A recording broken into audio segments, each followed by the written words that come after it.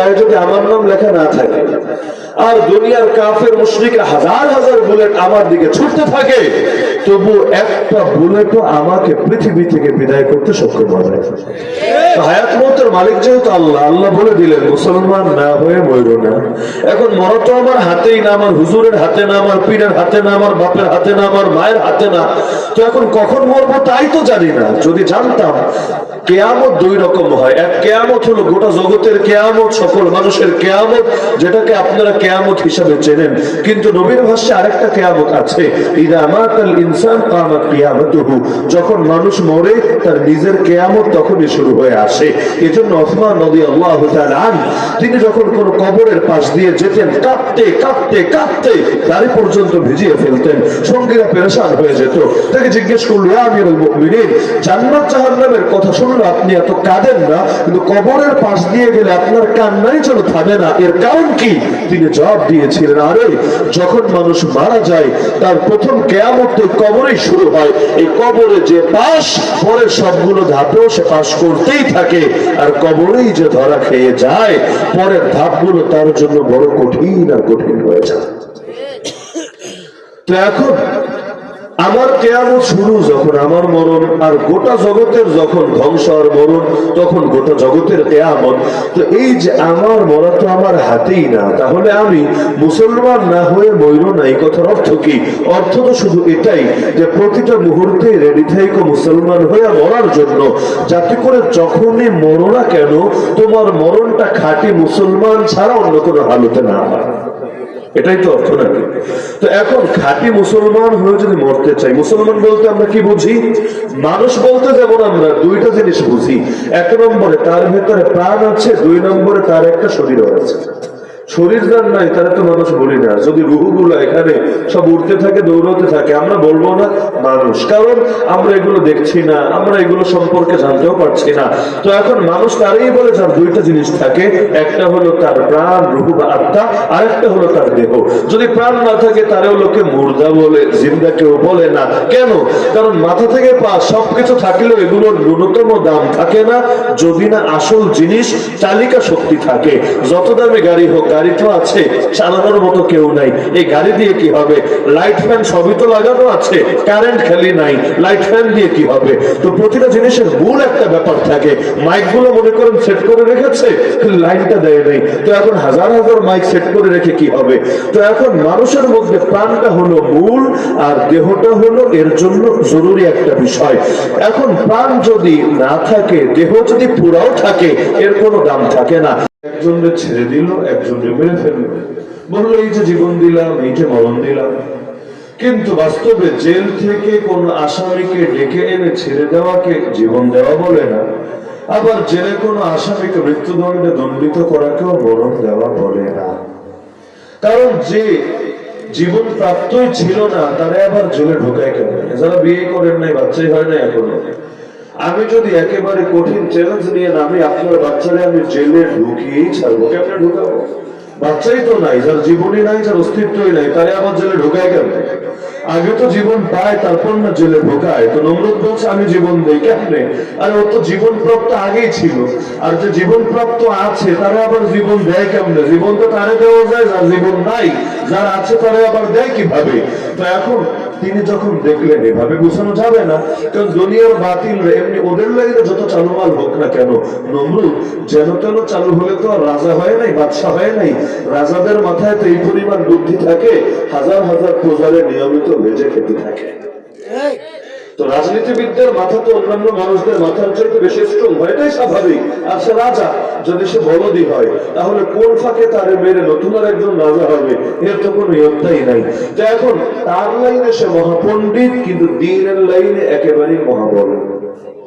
আজকাল অনেকে এমন আছে না, দুনিয়ার লাইনে বহুত বোঝে, বড় বড় ডিগ্রি, বড় বড় সার্টিফিকেট তার আছে, সমাজও তাকে বুদ্ধিজীবী বলে জানে, কিন্তু ইসলামের বেসিক কথা, মূল কথাগুলো তার মাথায় ধরে না, তার বুঝে আসে না। কোরআন পড়ে ঠিকই, কিন্তু কি দিয়ে যে কি বোঝে আর কি বোঝে না তাও বোঝে না। এক শ্রেণীর মানুষ হলো বোঝে না, আর এক শ্রেণীর মানুষ কি যে বোঝে না তাও বোঝে না, কিন্তু নিজেরে মনে করে সবচাইতে বড় বুঝমান, এর চাইতে বড় বুঝমান যেন দুনিয়ার বুকে দ্বিতীয় একটাও হয় না, এমন লোক আছে নাকি নাই? তো তিনি যখন দেখলেন এই যুক্তিতে কাজ হবে না, তখন এমন একটা যুক্তি দিলেন যেটা খণ্ডন করা। নমরুদ কেন? দুনিয়ার কারো সাধ্যের কথাই না। বললেন, আমার রক্ত পূর্ব দিক থেকে সূর্য উঠায় পশ্চিম দিকে ডুবায়, তুমি মাত্র একবার ফাতি বিহা মিনাল মাগরিব ওয়াল আমরু লা ইয়াক্তাজি তাকরার, তুমি মাত্র একবার পারলে পশ্চিম থেকে সূর্য ওঠাও দেখি। এখন সূর্য তো আর জেলের আসামি না, ডেকে এনে ইচ্ছা মতো বানায় দিবে। রিমান্ডে মাইটের খায়া সূর্য বেচারা বলবে, স্যার আর মাইরেন না, কোন দিক দিয়ে ওঠা লাগবে তাড়াতাড়ি বলে। পূর্ব পশ্চিম উত্তর দক্ষিণ ডান বাম যেদিক দিয়ে বলবেন আগামীকাল সেদিক দিয়ে উঠে যাব। এখন সূর্যের লগে তো আর গুন্ডামি আর মাস্তানি চলে না। ফাবুহিতাল্লাযী কাফার, তাই তার লাজবাব হয়ে যাওয়া ছাড়া কোনো উপায় নেই। তো বলছিলাম, হায়াত মৌত কার হাতে?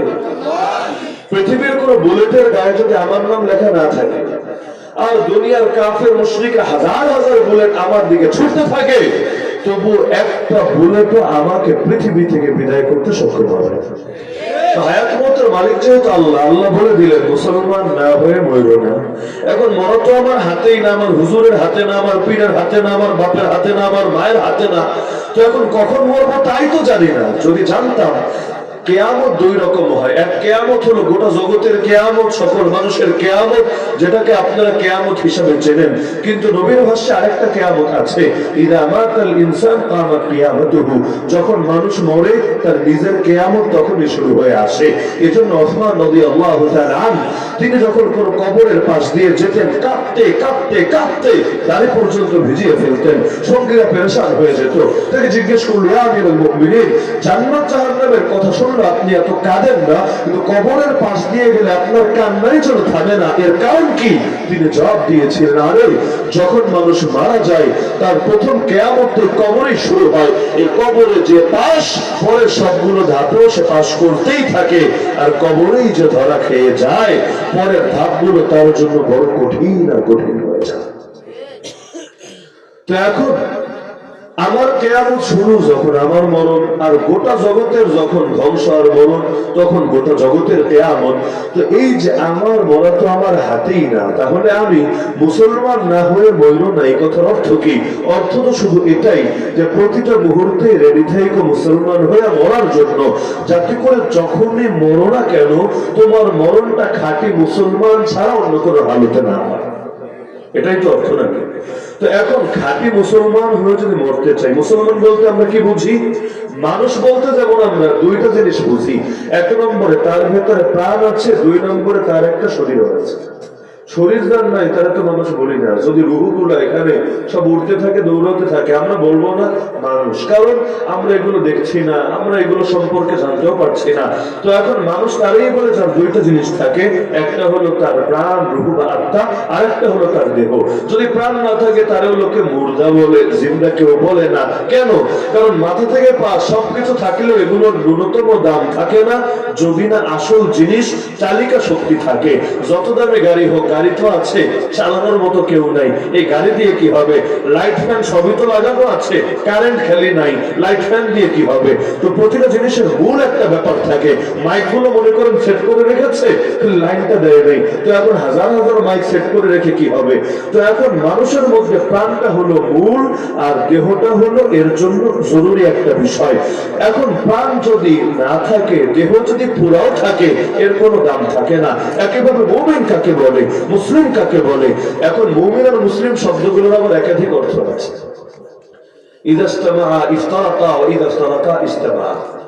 আমরা সাধারণভাবে মুসলমান বলতে বুঝি যার ভেতরে ঈমান আছে, বাইরে আমল আছে। নাকি আপনারা ভিন্ন কিছু বুঝেন? ভেতরে যদি ঈমান না থাকে, বাইরে যদি আমল করতে করতে কপালে দাগ ফেলে দেয়, বাইরে আমল করতে করতে গোটা জীবনটা কাটায় দেয়, তাকে মুসলমান হিসেবে জান্নাতে দিবেন আল্লাহ, নাকি জাহান্নামে দিবেন? কাদিয়ানরা নামাজ পড়ে না, হিজবুত তাওহীদের রোজা রাখে না, আহলে কোরআনরা হজে যায় না, কিন্তু আপনাদের কি ফতোয়া কাদিয়ানরা জান্নাতি, হিজবুত তাওহীদরা জান্নাতুল ফেরদাউসের অধিকারী? না, বরঞ্চ আপনাদের ফতোয়া এটা, সারা জীবনও যদি সিজদায় লুটিয়ে পড়ে থাকে ওরা জাহান্নামী জাহান্নামী জাহান্নামী। যদি তওবা না করে, ঈমান কবুল না করে, তাহলে ওরা যদি মারা যায় এই অবস্থায় নিঃসন্দেহে ওরা জাহান্নামী। এমনকি যারা বেদাতি, কিয়ামতের দিন রাসূলুল্লাহ সাল্লাল্লাহু আলাইহি ওয়াসাল্লাম যখন হাউজে কাউসারে অপেক্ষায় থাকবেন উম্মতের জন্য, নবীর সামনে আকাশে যত বেশি তারা তার চাইতেও বেশি পেয়ালা থাকবে উম্মতের মুখে পানি পান করানোর জন্য। বহু বেদাতি নবীর দিকে আসতে থাকবে বুক ভরা আশা নিয়ে। আল্লাহ রাসূলকে তখন গায়েব থেকে বলা হবে, খবরদার ওদের মুখে আপনি পানি দেবেন না। ইন্নাকা লা তাদরি মা আহদাথু বা'দাক, আপনি জানেন না আপনার পরে ইসলামের মধ্যে নতুন নতুন কত বেদাত আবিষ্কার করেছে। বেদাতের মুখে আপনি পানি দেবেন না।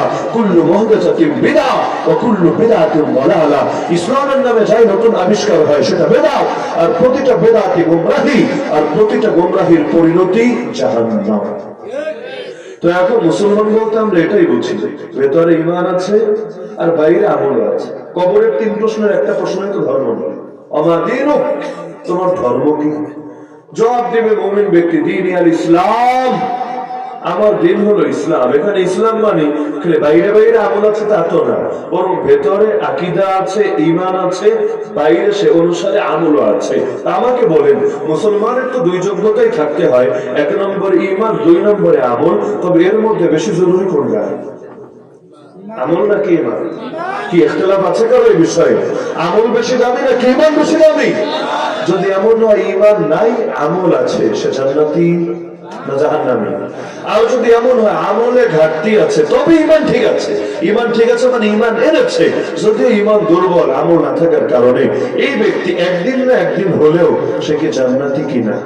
নিঃসন্দেহে সে জান্নাতি। রাসূল বলেন, মান মাতা ওয়া ইয়ালামু আন্নাহু লা ইলাহা ইল্লাল্লাহ দাখালাল জান্নাহ, যে ব্যক্তি মারা যাবে এমন অবস্থায় তার ভেতরে আকীদা ছিল, সুনিশ্চিত জ্ঞান ছিল এক আল্লাহ ছাড়া দ্বিতীয় কোনো মাবুদ নাই, ইলাহ নাই, সে জান্নাতে যাবেই যাবে। তো এবার চিন্তা করেন, শয়তান তো আমাদের পেছনে মেহনত করে নাকি করে না? শয়তানের নির্দিষ্ট কোনো মেয়াদ থাকে না যে 5 বছর, 10 বছর, 15 বছর, 20 বছর, এরপর হাল ছেড়ে দেবে, এরপর অবসরে যাবে। না না, যতদিন আপনি বেঁচে আছেন, শেষ নিঃশ্বাসটা ত্যাগ করা বাকি আছে, ততদিন পর্যন্ত বেচারা তার সাধনা চালিয়ে যাবে। একজন মানুষও যদি ঈমান নিয়ে কবরে চলে যায়, ওর ভেতরে ধাউ ধাউ করে চলতে থাকে আর ফুটতে থাকে, সে সবচাইতে বড় সফলতা মনে করে। অন্তত শেষ টাইমে হলেও যদি বেঈমান বানিয়ে ছাড়তে পারে। তো শয়তান আমাদের পেছনে যে মেহনত করে, আগেরটা বুঝলে এটাও বুঝবেন, 2 লাইনে নিঃসন্দেহে মেহনত করে। কিভাবে আমল নষ্ট করা যায় এই মেহনত করে, কিভাবে ঈমান নষ্ট করা যায় সেই মেহনত করে। তবে এই দুটোর মধ্যে শয়তানের বেশি চেষ্টা থাকবে কোনটা নিয়ে বলেন দেখি? ঈমান নিয়ে। এই তো মাশাআল্লাহ। কেন গাছের ডালও কাটা যায়, গাছের শিকড়ও কাটা যায়। ডাল কাটলে ডাল আবার হবে, শিকড় কাটলে গাছটাই মরে যাবে। আমল 1 লাইনে শয়তান কমাবে, তা থেকে আর 1 লাইনে হয়তো বেড়ে যাবে, কিন্তু ঈমানটারই যদি শেষ করে দিতে পারে, আমল থাক না কোনো ব্যাপার না, ও তো জাহান্নামে হবেই হবে।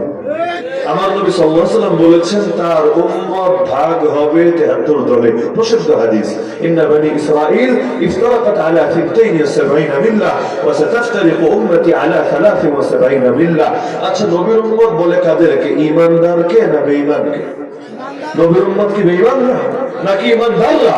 তো ঈমানদারদের ভাগ কয়টা? 73টা। এর মধ্যে নবী বললেন জাহান্নামে যাবে 1 দল। কয় দল? আর জান্নাতে যাবে মাত্র 1 দল। আমি জিজ্ঞেস করছি কেন জানেন? আমি তো বাইরেও বলেছি, বানিয়ে চলে নতুন করে অশোনানোর কিছু নাই। যেই পরিমাণ ওয়াজ এক জীবনে আপনারা শুনেছেন, এখন আপনারা এখানে বসায় দিলে কম বেশি সবাই বয়ান করতে পারবেন ইনশাআল্লাহ। কোনো কন্টাকি লাগবে না, কন্টাক্ট ছাড়াই এক বানিয়া চলের লোকের এই বয়ানের ময়দান নামলে বয়ানের ময়দান পুরো হয়ে যাবে ইনশাআল্লাহ। তো এখন আমি শুধু স্মরণ করিয়ে দিচ্ছি, ওয়াযাক্কির ফাইন্না যিকরা তানফাউল মুমিনিন। কোরআনে আল্লাহ আদেশ করেছেন, হে নবী স্মরণ করিয়ে দেন। স্মরণ করিয়ে দিলে মুমিনের বড় উপকারে আসে। তো তাকরার করছি, আমাদের উস্তাদদেরকে সামনে রেখে সবক দেওয়ার মতো হিম্মত আর যোগ্যতা আমাদের নেই, জাস্ট তাকরার করছি, স্মরণ করিয়ে দিচ্ছি, যাতে আমারও ফায়দা হয়, আপনাদেরও ফায়দা হয়। তো নবীর উম্মত তো ঈমানদাররা না বেঈমানরা? আচ্ছা, বেঈমান তো না বুঝলাম, ঈমানদার। তো ঈমানদার হয়েও 72 দল হবে জাহান্নামী, মাত্র একদল জান্নাতি, যদিও 72 দলের কেউ কেউ চিরস্থায়ী জাহান্নামী। কারণ ইমানদার থাকলেও এমন কাম করেছে যে ইমান আর বাকি থাকে নাই, ইমান নিয়ে আর যেতে পারে নাই, দুনিয়ায় ওর নামটা বেঈমানের লিস্টে উঠে গেছে। আর কেউ কেউ এমন পুরোপুরি কাফের হয়ে নেই, তবে গোমরা ছিল, বেদাতে ছিল। তো এরা জাহান্নামে থাকলেও ইমানের উসিলা, ইমানের বরকতে একদিন না একদিন আল্লাহ ওদেরকে জান্নাতে দেবেনই দেবেন। তো যাই হোক, কম থাকার বেশি থাক, কিন্তু এই যে 72 জন জাহান্নামে যাবে, তো এখন এদের কি মৌলিকভাবে সমস্যাটা কোথায় দেখা দেবে? সমস্যা কি ইমানে নাকি আমলে? আমি বলবো মৌলিক সমস্যা ইমানে, যার ফলাফল প্রকাশিত হয় আমলে। কারণ 72 দলের নাম দেখেন, শিয়া দেখেন, মুতাজিলা দেখেন, খারিজি দেখেন, জাবরিয়া, কাদরিয়া, মুরজিয়া, লাদরিয়া, হাসাউইয়া, কাররামিয়া, কত দেখা লাগবে আপনার? এক একটা কিতাব খুলেন, ফিরাকের উপর হাজার হাজার দলের নাম আপনি পেয়ে যাবেন। সবার মূল সমস্যা দেখবেন ইমানে, যেটার ফল প্রকাশিত হয়েছে আমলে। কাদিয়ানীদের সঙ্গে আমাদের মূল দ্বন্দ্ব কি ইমানে না আমলে? হিজবুত তাওহীদের সঙ্গে মূল সংঘর্ষ ইমানে না আমলে? এমনকি বেদাতীদের সঙ্গে, মূলধারার বেদাতীদের সঙ্গে আমাদের আসল ঝামেলা আমলে না, আসল ঝামেলা ইমানে, যার ফলাফল প্রকাশ পায় আমলে। কারণ আমল হয় ইমান অনুসারে, ইমান সহি, আমল সহি, ইমান ভেজাল, আমল ভেজাল। তো এখন দুই জিনিসের সমন্বয় যেহেতু গঠিত, আর এর মধ্যে দামি হলো ইমান, আর আপনারাও একমত যেটা বেশি দামি, যেটা শিকড়, শয়তান সেটাকেই বরবাদ করার জন্য বেশি চেষ্টা চালাবে। তাহলে আমল নিয়ে তো মেহনত কম বেশি আমরা করি আলহামদুলিল্লাহ। নামাজ বলেন, রোজা বলেন, হজ বলেন, যাকাত বলেন, অনেক মাসালা আপনারা হয়তো আমার চাইতে ভালো জানেন। কোন কাজ করলে নামাজ ভাঙে, কোন কাজ করলে রোজার কাজা কাফারা সবই লাগে, কোন কাজ করলে শুধু কাজা দিলে চলে, এরকম টুকটাক অনেক বিষয় জানেন। এমনকি ওজন নষ্ট হয় কি করলে, এটাও তো জানেন। নাকি জানেন না? অবশ্যই জানেন। যদি বায়ু বের হয়, ধরেন আওয়াজই হইল না, বন্ধন ফোটে না, কোনো গন্ধ আসে, হালকা করে বের হয়েছে, উজু কি আর করবেন নাকি আগেরটা দিয়ে চালায় নেবেন? কেন? আপনি মাসালা জানেন। গা থেকে রক্ত বের হয়ে গড়িয়ে পড়েছে, আপনি কেমনি গিয়ে নামাজে দাঁড়াবেন নাকি আপনি উঁচু করে নিবেন? এমনকি নামাজের মধ্যে কেউ যদি বেশি জোরে হাসে ফেলে, হ্যাঁ কইরা এমন জোরে হাসা শুরু করেছে, হাসি যেন থামেই না। অনেক সময় হাসি আবার অত হয়ে যায়, থামে না, তো থামেই না, ওরে গালি দেন, বকা দেন, বুঝান, থামে না। এমনকি এত হাসা হাসে আরেকজন দেখে ও হাসি থামাতে পারে না, হাসতেই থাকে, হাসতেই থাকে, হাসতেই থাকে। এই যে এখন এইরকম কেউ যদি তাহা ভয়াবহ হাসি হেসে ফেলে নামাজের মধ্যে, আর নামাজও শেষ করে, নামাজ উজুও শেষ, নতুন করে উজু করে আসতে হবে। তো এই যে আমলের লাইনে কোন কোন কাজ করলে আমল নষ্ট হয়, সব জানেন বা না জানেন, মোটামুটি অনেকগুলোই কিন্তু জানেন আলহামদুলিল্লাহ। আলহামদুলিল্লাহ বলবেন না? কিন্তু যদি জিজ্ঞেস করি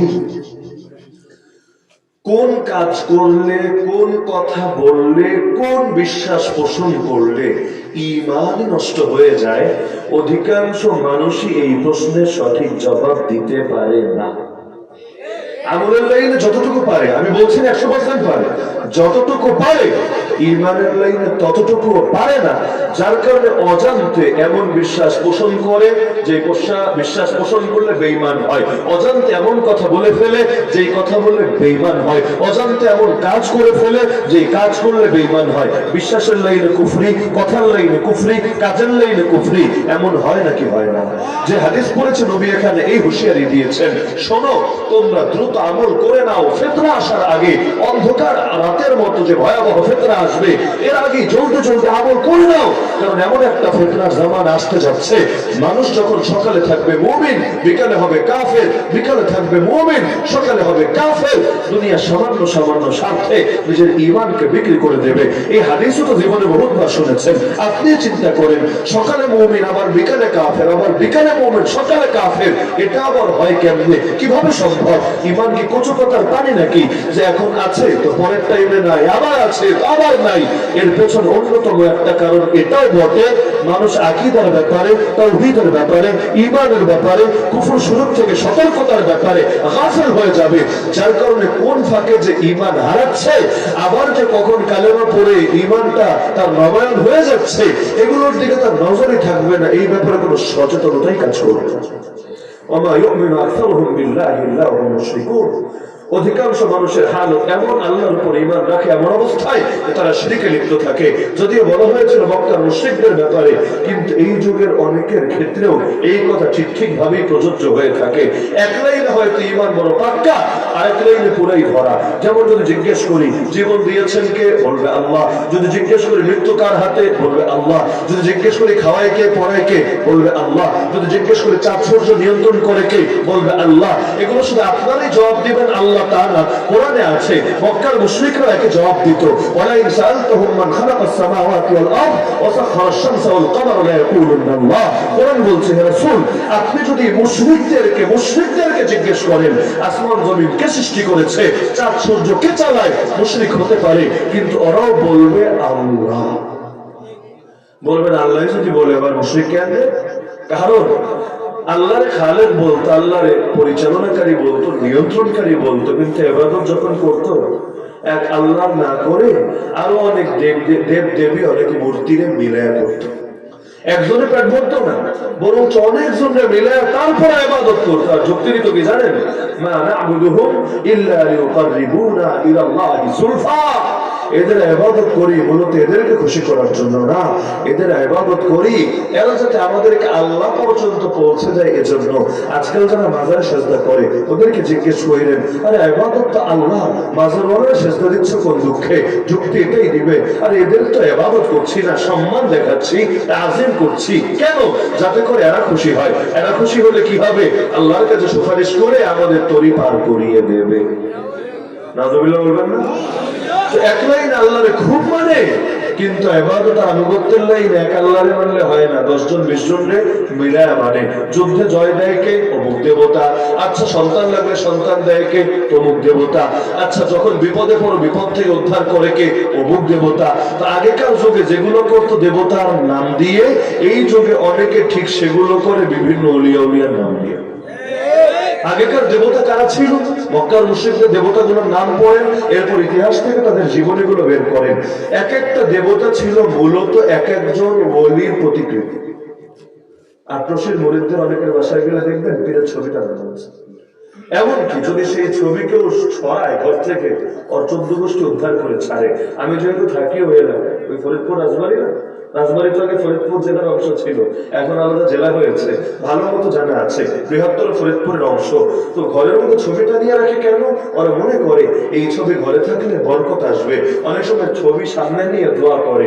আচ্ছা দোয়া তো এমনি করলেই চলে, ছবি সামনে রেখে দোয়া করলে কি হয়? এটার প্রতি আলাদা এক ধরনের অগাধ ভক্তি আর শ্রদ্ধা কাজ করে। তো এখন ওরা যে মূর্তিগুলোর পূজা করত, প্রায় সবগুলো মূর্তি অতীতের কোনো না কোনো বুজুর্গের ভাস্কর্য ছিল।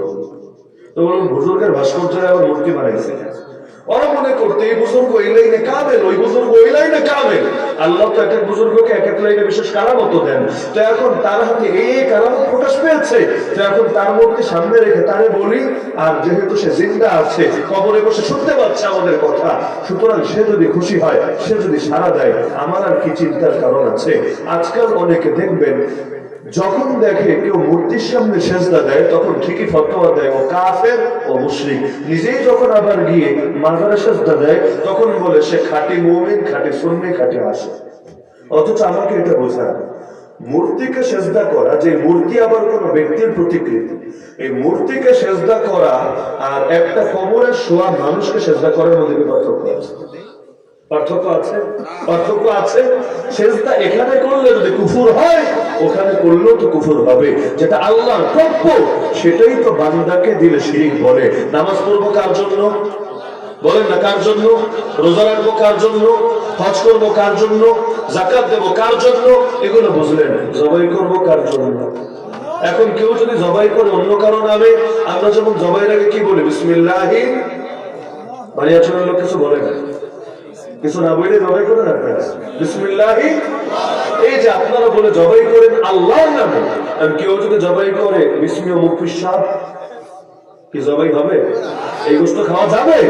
কেন? কারণ জবাই করতে হবে আল্লাহর নামে। কসম করতে হয় কার নামে? তোর মরা বাপের নামে কসম, আমার মায়ের নামে কসম, আমার ভালোবাসার কসম, আমার পিসাবের কসম, এগুলো কসমের ভাষা না। নবী বলেন, মান হালাফা বিগাইরিল্লাহি ফাকাদ আশরাকা, যে ব্যক্তি আল্লাহ ছাড়া অন্য কারো নামে কসম খাবে সে শিরকের কাজ করলো। মানত করতে হয় কার নামে? কিন্তু আজকাল ভণ্ড পীরদের নামে মানত করে নাকি করে না? আরে করে নাকি করে না? অথচ মান নাযারা লিগাইরিল্লাহি ফাকাদ আশরাকা, যে ব্যক্তি আল্লাহ ছাড়া অন্য কারো নামে মানত করলো সে শিরক করলো। আল্লাহর অধিকার অন্যকে দেওয়ার নামে তো শিরক। একইভাবে আমাকে বলেন, বিধান দেওয়ার অধিকার কার? সেটা নামাজের বিধান আর রোজার বিধানই না, আপনার বিচার আচারের বিধান, আইন কানুনের বিধান, সংবিধানের বিধান, সব বিধান দেওয়ার অধিকার কার? আল্লাহ। আল্লাহ তাআলার বিধান হলো সব ফরজ ওয়াজিব হয় না, কোনটা ফরজ, কোনটা ওয়াজিব, কোনটা সুন্নাত, কোনটা বৈধ। ইসলামে বৈধের ক্যাটাগরিটা সবচেয়ে বড়। ফরজের কয়টা, ওয়াজিবের কয়টা, সুন্নাতের কয়টা? বৈধের তালিকা সবচেয়ে বড়। বৈধ কি কি এটা যদি আমি লিস্ট করতে বলি, দুনিয়ার সব হুজুরের কলমের কালি ফুরে যাবে, কিন্তু তালিকা করে শেষ করতে পারবে না। আল আসলু ফিল আশিয়াই আল ইবাহা হাত্তা ইয়াতি দালিলুত তাহরিম। প্রতিটা জিনিসের ক্ষেত্রে মূলনীতি হলো সেটা বৈধ যতক্ষণ না অবৈধতার দলিল পাওয়া যাবে। কচু শাক খাওয়া বৈধ, একটা আয়াত দেখেন।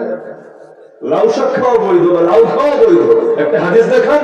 ইলিশ মাছ জাতীয় মাছ খেতে কি স্বাদ, কিন্তু এটার পক্ষে সাহাবীদের একটা বাণী দেখান, বলবেন হুজুর কিছু লাগবে না, এগুলো অবৈধ, এখনো দলিল তো পাই নাই, সুতরাং এগুলো বৈধ। তো বেশিরভাগ জিনিসই আল্লাহ তাআলা আমাদের জন্য রেখেছেন বৈধ করে। এটার তুলনায় ফরজ কম, ওয়াজিব কম, সুন্নাত কম, মুস্তাহাব কম। তো যেই লাইনে আল্লাহ তাআলা স্পেসিফিক কোন আইন কানুন চাপায়া দেয় নাই, বরঞ্চ বৈধ রেখেছে, সেখানে কোরআন সুন্নাহর মূলনীতি সামনে রেখে তুমি আইন বানাও নিয়ে, নিষেধের কিছু নাই। কিন্তু যেখানে আল্লাহ এবং তার রাসূল স্পেসিফিক কিছু দিয়ে দিয়েছেন, যেমন চোরের সাজা কি আল্লাহ দেন নাই? ধর্ম থেকে সাজা কি আল্লাহ দেন নাই? ডাকাতের সাজা কি আল্লাহ দেন নাই? মদ্যপ যে মদ খাওয়ার সাজা কি? লাইসেন্স নিয়েই খান, লাইসেন্স ছাড়াই খান। ইসলামী দেশ হলে লাইসেন্স দেওয়া হবে একমাত্র কাফেরদেরকে। কোন মুসলমান যত বড় নায়ক হোক, যত বড় নায়িকা হোক, যত বড় গায়ক হোক, যত বড় গায়িকা হোক, কাউকে লাইসেন্স দেওয়ার কোনো সুযোগ নাই। একইভাবে বেশ্যাবৃত্তি, জিনা, পতিতাবৃত্তি ইসলামে হালাল না হারাম? এর জন্য শাস্তি আছে না কে নাই? এখন পতিতালয় খুলে হোক, হোটেলের বেডে হোক, আর 2 নম্বরে করে হোক, দুইজনে রাজি থেকে হোক, জোরাজুরি করে হোক, সবগুলোর জন্য বিবাহিত হলে এক ধরনের শাস্তি, অবিবাহিত হলে আরেক ধরনের শাস্তি। এগুলো আল্লাহ দিয়েছেন, রেখে দেন। আল্লাহ যেই লাইনে বিধান দিয়েছেন সেই লাইনে কেউ যদি অন্য বিধান প্রণয়ন করে তাহলে বড় কে হলো?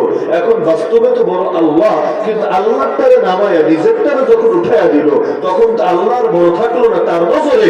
তার নজরে তো সে নিজে আল্লাহর চেয়ে বড় হয়ে গেল। কেমনটা হয় নাকি হয় না? হয় নাকি হয় না? এই কারণে মুসলমানদের রাষ্ট্রপ্রধানকে বলে খলিফা। শোনেন না? আজকাল তো খলিফা মানে দর্শী, আর কোন কোন এলাকায় যারা খতনা করে হাজ্জাম, এদেরকে খলিফা বলে। কিন্তু ইসলামে খলিফা কারা? আমিরুল মুমিনিন, ইমামুল মুসলিমিন। আজকাল খলিফা বললে অর্থমুখে বুঝতেই চায় না। এই খলিফা মানে কি জানেন? খলিফা অর্থ প্রতিনিধি। খলিফা অর্থ কি? খলিফা অর্থ কি? গণতান্ত্রিক রাষ্ট্রেও যারা সরকার হয় তারাও প্রতিনিধি হয়, তবে তারা হয় জনগণের প্রতিনিধি। কিন্তু ইসলামের রাষ্ট্রে যিনি রাষ্ট্রপ্রধান হন তিনি হন কার প্রতিনিধি? কার? আল্লাহর প্রতিনিধি, আল্লাহ রাসূলের প্রতিনিধি। সুতরাং তার মূল কাজই হলো আল্লাহ এবং তার রাসূল কি দিয়ে গিয়েছেন সেটাকে বাস্তবায়ন করা। কারণ আল্লাহ এবং তার রাসূলের চাইতে উত্তম কিছু আমাদেরকে কেউ দিতে পারে নাই, দেওয়া সম্ভব না। আল্লাহর জ্ঞান বেশি না আমাদের জ্ঞান বেশি? কই আল্লাহর কই বান্দা? আল্লাহর বান্দার মধ্যে যেমন তুলনা চলে না, আল্লাহ তাআলার জ্ঞান থেকে যেই দ্বীন আমাদেরকে দিয়েছেন সেই দ্বীন আর মানুষের বানানো মতবাদের মধ্যেও কোনো তুলনা চলে না।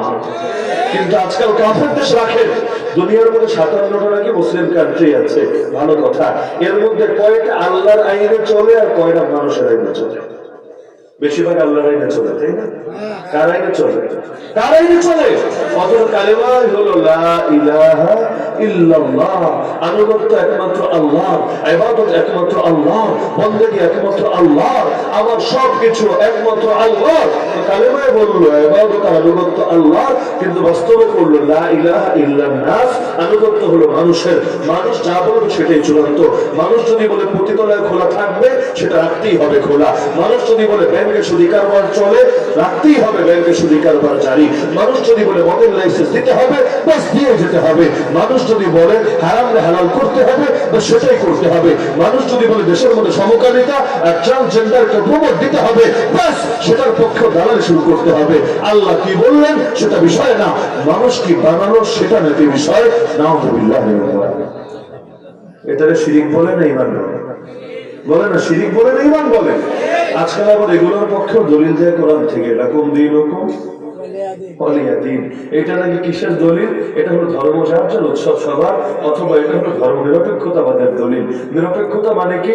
আল্লাহর পক্ষে না, শয়তানের পক্ষে না, হকের পক্ষে না, বাতিলের পক্ষে না, আলোর পক্ষে না, অন্ধকারের পক্ষে না। আল্লাহর কসম এটা কোনোদিন সম্ভবই না যে আল্লাহর পক্ষে না ওই শয়তানের পক্ষে, যে হকের পক্ষে না ওই বাতিলের পক্ষে, যে আলোর পক্ষে না ব্যাস অথচ অন্ধকারের পক্ষে। সুতরাং সেকুলার শব্দ একটা ভণ্ডামি ছাড়া কিছু না। ধর্ম যার উৎসব সবার, মানে কি কোনো উৎসব ধর্মে নাই আর ধর্মে উৎসব নেই, মানে উৎসব ধর্মের সঙ্গে সম্পৃক্ত না, এটাই তো কথা। তাহলে ধর্ম বলে কারে? খালি নামাজ রে, খালি রোজা রে, খালি হজ রে, খালি জাকাত রে। চাকরিতে ধর্ম নাই, ব্যবসায় ধর্ম নাই, সভ্যতায় ধর্ম নাই, সংস্কৃতিতে ধর্ম নাই। উৎসব আরবিতে যেটাকে বলে ঈদ, সেটা যদি ধর্মের অংশই হয়ে থাকে, তাহলে ধর্মের অংশ তো ধার্মিকের জন্য হবে, যে ধর্মই মানে না তার জন্য কিভাবে হবে? এটা তো সম্ভবই না। ধর্ম যার, উৎসব তার, রাষ্ট্র হতে পারে সবার, কিন্তু আমার উৎসব তোমার হয় কিভাবে? তোমার উৎসব আমার হয় কিভাবে? কোরবানির দিন আমাদের উৎসব হলো গরু কাটা, নাকি বানিয়াচুরি কাটে না? কোরবানির দিন আমাদের সবচেয়ে বড় উৎসব এটা না? এখন যে ধরেন হিন্দু ধর্মাবলম্বী, সে কেমনে আমার উৎসবে শরীক হবে বলেন? ও কি গরু জবাই দিবে, নাকি গরু কাটবে, না গরুর গোশত খাবে, করবেটা কি?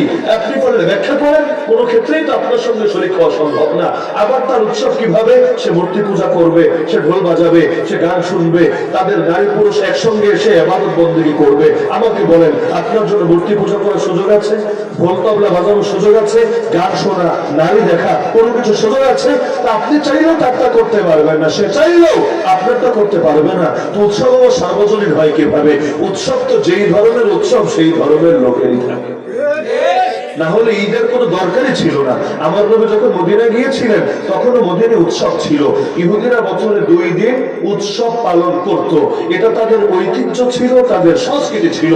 নবী গিয়ে বললেন আল্লাহর পক্ষ থেকে, আল্লাহ তোমাদেরকে 2 দিনের পরিবর্তে আর উত্তম 2টো দিন দিয়েছেন, একটা ঈদুল ফিতর আর একটা ঈদুল আযহা। এই 2 দিন উৎসব করা তোমাদের জন্য অবধারিত করে দিয়েছেন। এজন্য ঈদের দিন কেউ রোজা রাখলে সওয়াব হবে না, উল্টো গুনাহ হবে। কারণ আল্লাহ তোমাকে আনন্দের জন্য দিলেন, খাওয়া দাওয়ার জন্য দিলেন, আর তুমি এখন না খেয়ে কি বোঝাতে চাচ্ছ? আল্লাহর চাইতে বড় বুজমান হয়ে গেছো, আল্লাহর চাইতে বড় রহমান রাহিম হয়ে গেছো, নবীর চাইতে বড় বুজুর্গ হয়ে গেছো? কখনোই সম্ভব না।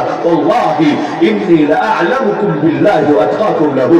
নবী কসম খেয়ে বলেন, তোমাদের মধ্যে আল্লাহর ব্যাপারে আমার ইলম বেশি, এই কারণে আল্লাহর ব্যাপারে আমার দিলে ভয় বেশি। কারণ যার ইলম বেশি হয় তার দিলে তাকওয়া বেশি হওয়া সম্ভব।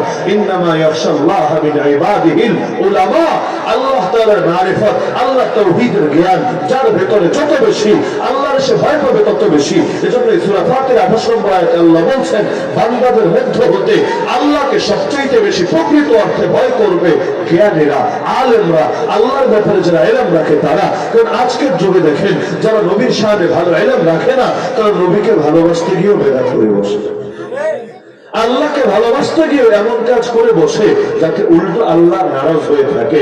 ইসলাম তো আমার বুদ্ধি আর বিবেক দিয়ে চলবে না, ইসলাম চলবে কোরআন হাদিস দিয়ে। কোরআন হাদিস যে যত বেশি ভালো জানবে, সে আল্লাহ এবং তার রাসূলের পথে তত বেশি চলতে পারবে। তো এই জামানা ঈমান চোর ঢুকে গেছে সমাজের পরতে পরতে, যারা আমাদের ঈমানটাকে চাই একেবারেই বরবাদ করে ছাড়তে। তো এখন যদি আমরা জান্নাত পেতে চাই, সফল হতে চাই, তাহলে আমল সহি করলে চলবে না, ঈমানও সহি করে রাখবে। এখন পাপী উম্মত ওযু ভাঙার কারণ জানে, নামাজ ভাঙার কারণ জানে, রোজা ভাঙার কারণ জানে, হজ ভাঙার কারণ জানে, ঈমান বরবাদ হওয়ার কারণ জানেই না। কোন বিশ্বাসে ঈমান ভাঙে, কোন কথায় ঈমান ভাঙে, কোন কাজে ঈমান ভাঙে জানেই না। এখন বলে কি, একদিকে বলে আমি পাক্কা মুসলিম, প্র্যাকটিসিং মুসলিম, আর একদিকে বলে আমি সেকুলার। রাজনীতিতে সেকুলার আর মসজিদ মাদ্রাসায় আমি খাঁটি ধার্মিক। কিভাবে সম্ভব? তাহলে 2 দিন পর বলবে আমি কাদিয়ানি, আবার আমি খাঁটি হানাফি। কেমনে হানাফি আর কেমনে কাদিয়ানি? দুইটা আবার জমা হয় কিভাবে? একটা হলে তো আরেকটা হবে না, অসম্ভব না। কিন্তু এগুলো বলে কারণ আকীদার ব্যাপারে, তাওহীদের ব্যাপারে, দ্বীনের ব্যাপারে জ্ঞান থাকে না। এখন দেশে শিক্ষিতের হার বাড়ছে, এটা সহি, কিন্তু একদিকে শিক্ষিতের হার বাড়ছে আর একদিকে দ্বীনের লাইন অজ্ঞদের সংখ্যা বাড়ছে। এখন masters pass, BCS cadre, PhD thesis শেষ করে ডক্টর সব জানে, কিন্তু তাওহীদ কারে বলে, রিসালাত কারে বলে, তাওহীদের প্রকার কি, আল্লাহর ব্যাপারে কি কি আকীদা রাখতে হবে, কোন কোন আকীদার কারণে ঈমান টোটাল বরবাদ হয়ে যাবে, এগুলো জানেই না। এখন আবেগ দেখাতে গিয়ে উল্টো গোমরা হয়ে যায়। অনেক সময় আল্লাহর অধিকার দিয়ে দেয় নবীরে, নবীরটা দিয়ে দেয় ওলিরে, কখন ওলিরে উঠিয়ে ফেলে সবার উপরে।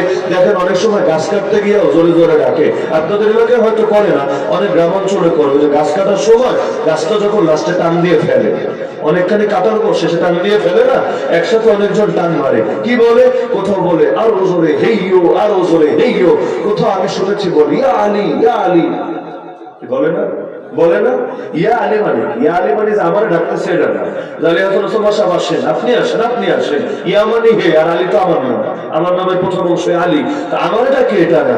ইয়া আলী মানে কি, আলী রাদিয়াল্লাহু আনহুকে ডাকে। কেন আলী রাদিয়াল্লাহু আনহুকে ডাকার দরকার পড়লো, কিসের জন্য?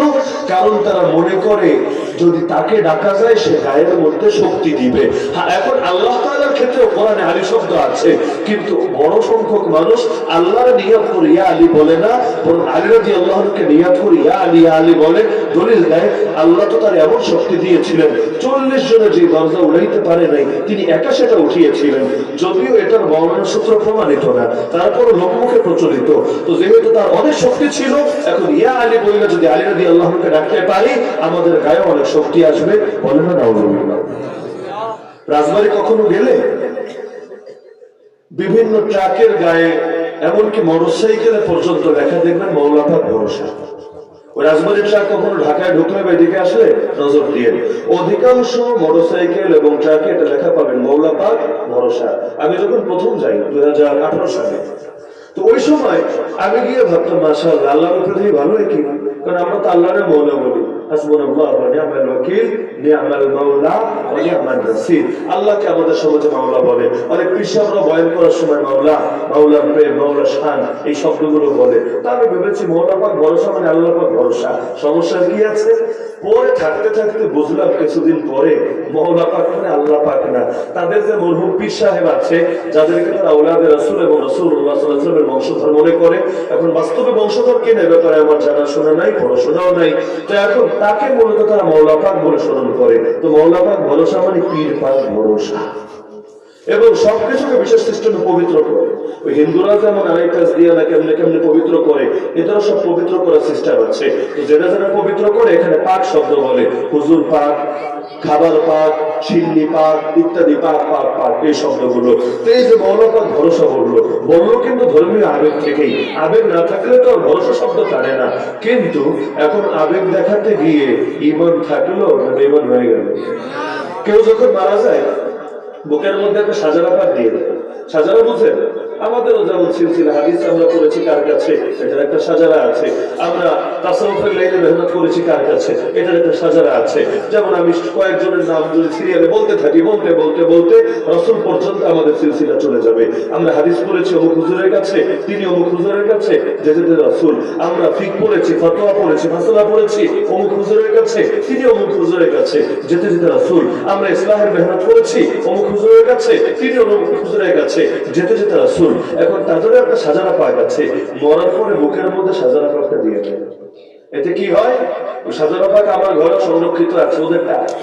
তো এখন এটা যদি দিয়ে দেয় তাহলে ওই যে কবরে দুই ফেরেশতা আসে না, কি নাম, এই মুনকার নাকির, আয়েশা ডরে আর প্রশ্নই করে না, সারের লোক, আরে মাওলা পাকের লোক।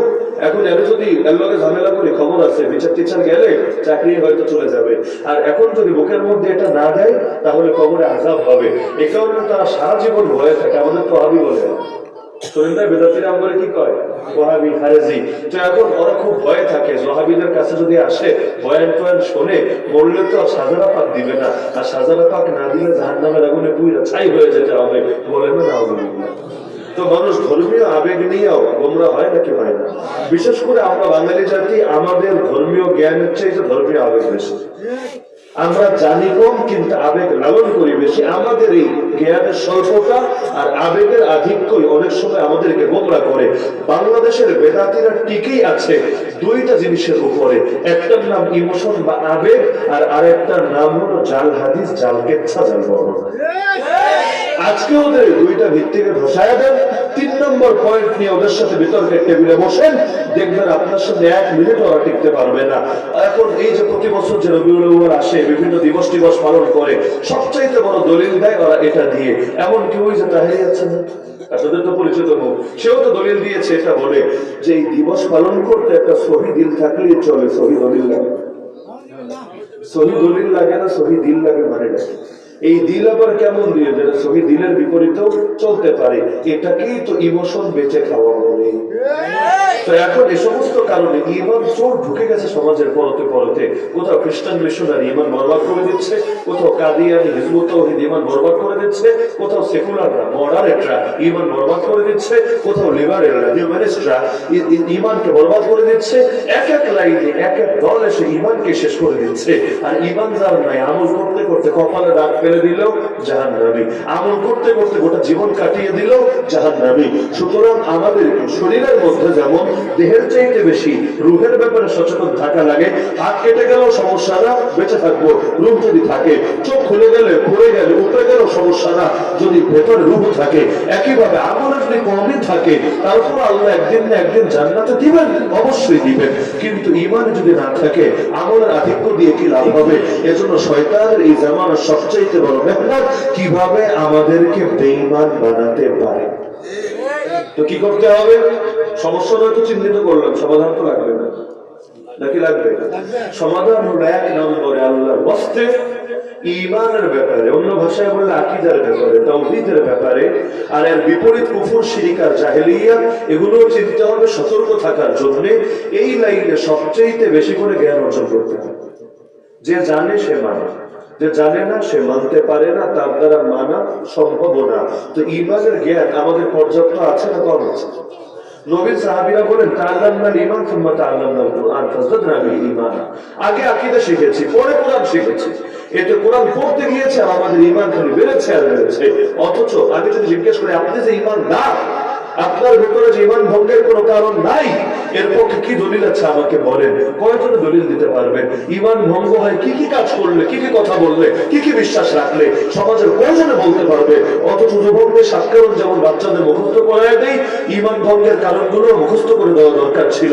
আর মাদ্রাসায় যারা পড়ে, ধরেন মালা মুদ্দামিন পড়লো, এখানে কুফরি অনেক কথা আর কাজের সঙ্গে পরিচিত হবেন, কিন্তু সবাইকে মাদ্রাসায় পড়বে বা এটা আদৌ সম্ভব? তাহলে ঈমানের আলোচনা ব্যাপক করা জরুরি নাকি জরুরি না?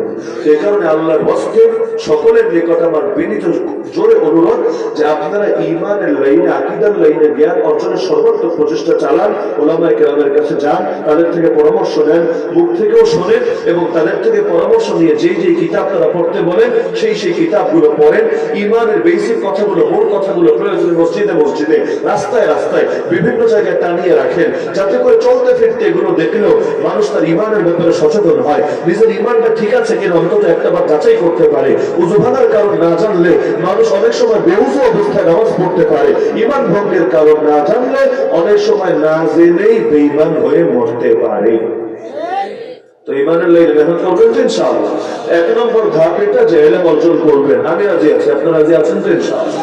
2 নম্বর কাজ হলো ইলম অর্জন করি শেষ না, ইলম মানে তো জানা, কিন্তু জানা কিন্তু ইয়াকিনে পরিণত করতে হবে, সুনিশ্চিত বিশ্বাসে পরিণত করতে হবে। ঈমান যাতে খালি মুখে না থাকে, বুকের মধ্যে গভীরভাবে বসে যায়, এজন্য ঈমানের জন্য আলাদা করে মেহনত করতে হবে। আমলের মেহনত ভিন্ন, ঈমানের মেহনত ভিন্ন। আমলের মেহনত দিয়ে ঈমানের ফায়দা হয় অবশ্যই, কিন্তু ঈমানকে সামনে রেখে যদি কিছু মেহনত মুজাহাদা না করেন, তাহলে ঈমান অনেক সময় কথাই থাকে আর বাস্তবে পরিণত হয় না। আমরা কি জানি না আল্লাহ সব দেখে? নাকি জানেন না আপনারা? আল্লাহ সব দেখে জানেন তো? কারণ দরজা যখন লাগিয়ে যখন মোবাইলে বাজে সিনেমা দেখে, মোবাইলে পর্নোগ্রাফি দেখে, সেই সময় তার আকীদা কই থাকে? তার মানে জানে, ইলমে আছে, ইয়াকিনে পরিণত হয় নাই। ইয়াকিনে পরিণত হলে 3 বছরের বাচ্চা তার দিকে তাকিয়ে থাকলেও গুনাহ করতে পারে না, অন্তরটা ভয়ে কাঁপে, লজ্জায় সংকুচিত হয়ে আসে। তো 3 বছরের বাচ্চার নজরের দাম আছে? আল্লাহ যে সব দেখে, এটার কোনো দাম নাই? তাহলে শুধু এলেমে পরিণত রাখলে হবে না, আকীদায় পরিণত করতে হবে। এজন্য কি করতে হবে? আল্লাহ ওয়ালাদের সোহবত অর্জন করতে হবে। আল্লাহ রাসূল সাল্লাল্লাহু আলাইহি ওয়াসাল্লাম বলেন, খায়রু জুলাসাইকুম, তোমাদের সর্বোত্তম বন্ধু কারা জানো? সর্বোত্তম সঙ্গী কারা জানো? যাদের মধ্যে তিনটা গুণ আছে। এক নম্বর গুণ, মাইয়ুযাক্কিরুকুমুল্লাহ রুয়াতুহু, যার দেখলে আল্লাহর কথা স্মরণে আসে। ويزيد في علمكم منطقه, যার কথা শুনলে ইলম আর জ্ঞান বাড়ে। ويذكركم بالآخرة عمله, যার আমল দেখলে আখিরাতের কথা মনে পড়ে।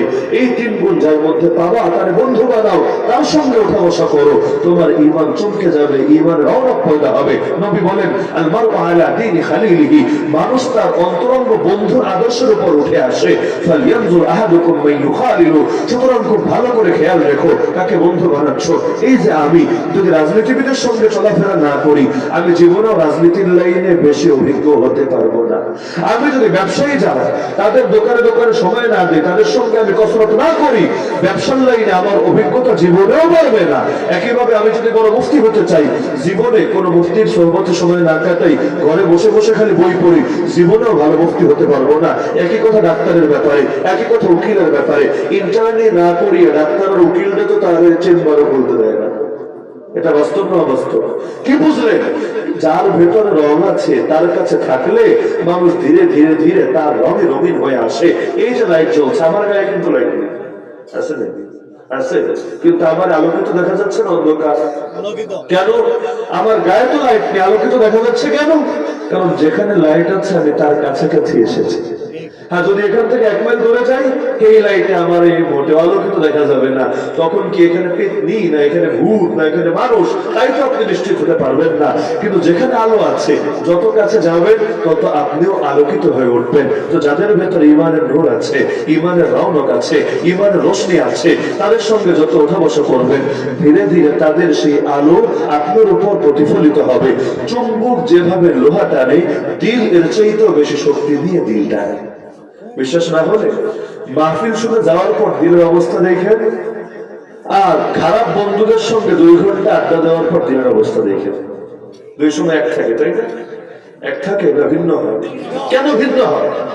আমাদের অন্তরটাই এমন, এটা প্রভাব গ্রহণ করে। যা এখানে থাকবেন সেই রকম প্রভাব গ্রহণ করবে। বরফের কাছে যান, ঠান্ডা লাগবে।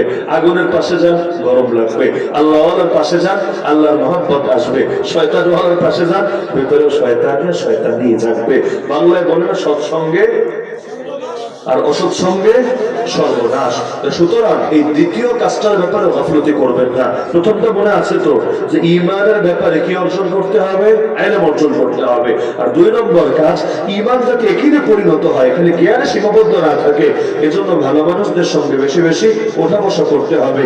যত বেশি ওঠা বসা করবেন আর গুনাহগারদের থেকে যত বেশি দূরে থাকবেন, ইনশাআল্লাহ তত বেশি আপনার মধ্যে নূর চমকাবে। তবে একটা কথা আমি বলে দিই, ধরেন আপনি এই যুগে আছেন, চাইলে ইমাম আবু হানিফার সোহবত পাবেন, ইমাম বুখারীর সোহবত পাবেন, কিন্তু উলামায়ে কেরাম লিখেছেন তাদের কিতাব যদি আপনি পড়েন, এটাও তাদের এক ধরনের সোহবত হবে। হুসাইন আহমদ মাদানী রাহমাতুল্লাহ আলাইহি আমি দেখি নাই, আপনারা দেখেন, কিন্তু হুসাইন আহমদ মাদানীর কিতাব আপনি টানা 2টা 3টা 4টা কিতাব পড়েন, দেখবেন তার মহব্বত, তার বিভিন্ন রং আপনার মধ্যে এসেছে। সৈয়দ আবুল হাসান আলী নদভীর কিতাব পড়েন, জীবনে দেখেন নাই তাতে কি, কিন্তু দেখবেন তার অনেক রং আপনার ভেতরে আসতে শুরু করেছে।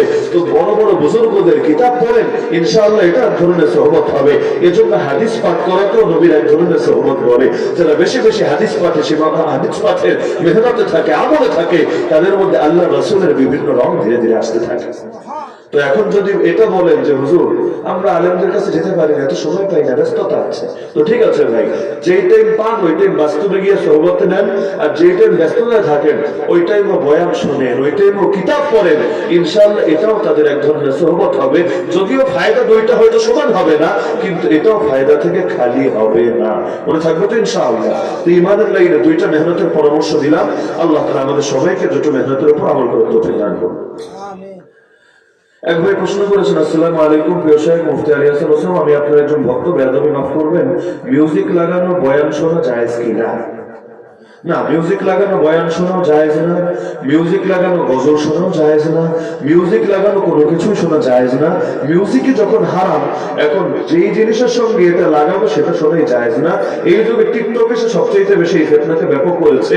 অনেক হুজুরের বয়ান 30 সেকেন্ড, 1 মিনিট, 2 মিনিট, কতটুকু ওই ছোট ছোট বয়ান আর কি, শর্ট ক্লিপ গুলো নিয়ে এগুলোর সঙ্গে ব্যাকগ্রাউন্ডে একটা মিউজিক দেয়, সেই রকম আবেগের মিউজিক যেগুলো শুধু অনেকের চোখে জল চলে আসে, ভেতরে আবেগ উথলে ওঠে। আরে যদি মিউজিক শুনি আবেগ আসে, আবেগের 2 পয়সাও দাম নেই আল্লাহ তাআলার কাছে। এরকম আবেগ তো অনেক সময় মমতাজের গান শুনলে আসতে পারে। ওই মানিকগঞ্জে কখনো যদি যান ফেরি পাড়ি দেওয়ার জন্য, মানে ওই যে ঘাটে আর যে ঘাট পাড়ি দিয়ে রাজবাড়ি যেতে হয়, ঘাটে গেলে দেখবেন রাতে যান দিনে যান যতগুলো দোকান আছে অধিকাংশ দোকানে মারেফতি গান চলতে থাকে। কারণ মানিকগঞ্জে যেই পরিমাণ পীর আছে ঘরে ঘরে, পুরো বাংলাদেশে এত পীর আছে কিনা আল্লাহ ভালো জানে। হাকিকি পীরের কথা আমি বলছি না, গানওয়ালা পীর, বাজনাওয়ালা পীর। তো এখন সেখানে এত পরিমাণ গান চলে, কিন্তু গানের কথা খেয়াল দিলে আবার দেখবেন আখিরাতের কথা, জান্নাত জাহান্নামের কথা, ইউসুফ আলাইহিস সালাম জুলাইখার কথা, বিভিন্ন নবী রাসূলের কথা। কিন্তু এগুলো শুনে অনেকে সামনে কাঁদে, অনেকে আবেগে ভাসতে থাকে, অনেক মুরব্বীদের অন্তরে ফিলিংস আসতে থাকে, কিন্তু কোনো লাভ নাই। আল্লাহর কাছে এগুলোর দ্বারা জান্নাতে মাকাম বাড়বে না, উল্টো জাহান্নামে জায়গা বাড়বে। এই কারণে মিউজিক ওয়ালা কোন যত বড় হুজুর, এমনকি আমি, আমার কোনো বয়ানও যদি কেউ প্র্যাকটিস করে ছেড়ে দেয় ব্যাকগ্রাউন্ডে মিউজিক লাগিয়ে, মিউজিক কোনটা এটা বুঝতে তো পিএইচডি করা লাগে না। মিউজিকের ব্যাপারে তো সচেতন করার চেষ্টা আমরা চালাচ্ছি আলহামদুলিল্লাহ, সেটা কলরবের মিউজিকই হোক আর মহিব খানের মিউজিকই হোক, প্রতিবাদ করি নাই আমরা, করেছি। কারণ গজল গজলই, গজল সেটাকে বলে যেটা মিউজিক মুক্ত থাকে। আর মিউজিক দিয়ে যদি হামদে বাড়ি বলে তাও সেটা হারাম, নাতে রাসূল বলে তাও সেটা হারাম, জিহাদে গজল বলে তাও সেটা হারাম। এখন মহিব খান যত বড় হুজুর হোক না কেন, কিন্তু যদি সেনাবাহিনী আর এই বিভিন্ন বাহিনীর পক্ষে সাফাই গাইতে গিয়ে এমন গজল বানায় যা শুরুতে একেবারে কাঁচা কাঁচা মিউজিক আর পুরো গজল জোরে মিউজিক, তাহলেও সর্বসম্মতিক্রমে সেটা হারাম। এমনকি এগুলো যারা হালাল বলতে চাইবে ওলামায়ে উম্মত তাদেরকে ভণ্ড আর বললেই বলবে। তো মিউজিক দেওয়া কোনো কিছু শুনবেন না আল্লাহর ওয়াস্তে, না হলে যা কামাবেন তার চাইতে বেশি হারাবেন। এটা জুম্মার দিনের ওই মুসল্লিদের মতো হবে, জুম্মায় আসে সবার পরে কিন্তু যাই হলো সবার আগে। কেমনে যায়? বাপের বয়সী মুরব্বীদের কাঠ ডিঙ্গিয়ে, আলেম ওলামার গায়ের মধ্যে পা লাগিয়ে, বেয়াদবি করে করে মানুষের কষ্ট দিয়ে দিয়ে সবার পরে এসে সবার সামনে যায়। কারণ ওই জমিদারদের জন্য ইমামের পেছনে কয়েকটা জায়নামাজ বিছায় সিট বুকিং দিয়ে রাখে, আসবে পরে কিন্তু বসবে সবার আগে, ফজিলত পাওয়ার জন্য না, বরং ফুটানি দেখানোর জন্য। মুই কি হরুরে, সে যে কিছু একটা হয়েছে এটা জাতিরে দেখাতে হবে না। এখন সামনে যদি না যায় তাহলে জাতি জানবে কেমনে? গিয়ে আবার শেষ না, গিয়ে দাঁড়ায় যারা ইমামরে এই আদেশ দিবে, মুয়াজ্জিন ওই নির্দেশ দিবে, এখানে সুইচ অফ করবে, ওখানে গিয়ে টেপাটেপি করবে, আবার মানুষ এইটা বলবে সেইটা বলবে। এমনটা হয় না কি হয় না? তো সামনের কাতারে গেলে কি হবে? মুস্তাহাবের উপর আমল হবে, আর মানুষকে কষ্ট দিলে কি হবে? কবিরা গুনাহ হবে। তো পাইলা কি আর হারাইলা কি? বেশি হারায় ফেললে অল্প পাওয়ার জন্য। সুতরাং বয়ান শুনলে কি হবে? এর চাইতে বেশি ক্ষতি হবে মিউজিক শুনলে। তো মিউজিক ওয়ালা বয়ান শোনা হারাম, ফি নারি জাহান্নাম। জীবনেও কখনো মিউজিক ওয়ালা বয়ান শুনবেন না, মনে থাকবে তো ইনশাআল্লাহ। সবাই দুরূদ শরীফ পাঠ করবেন।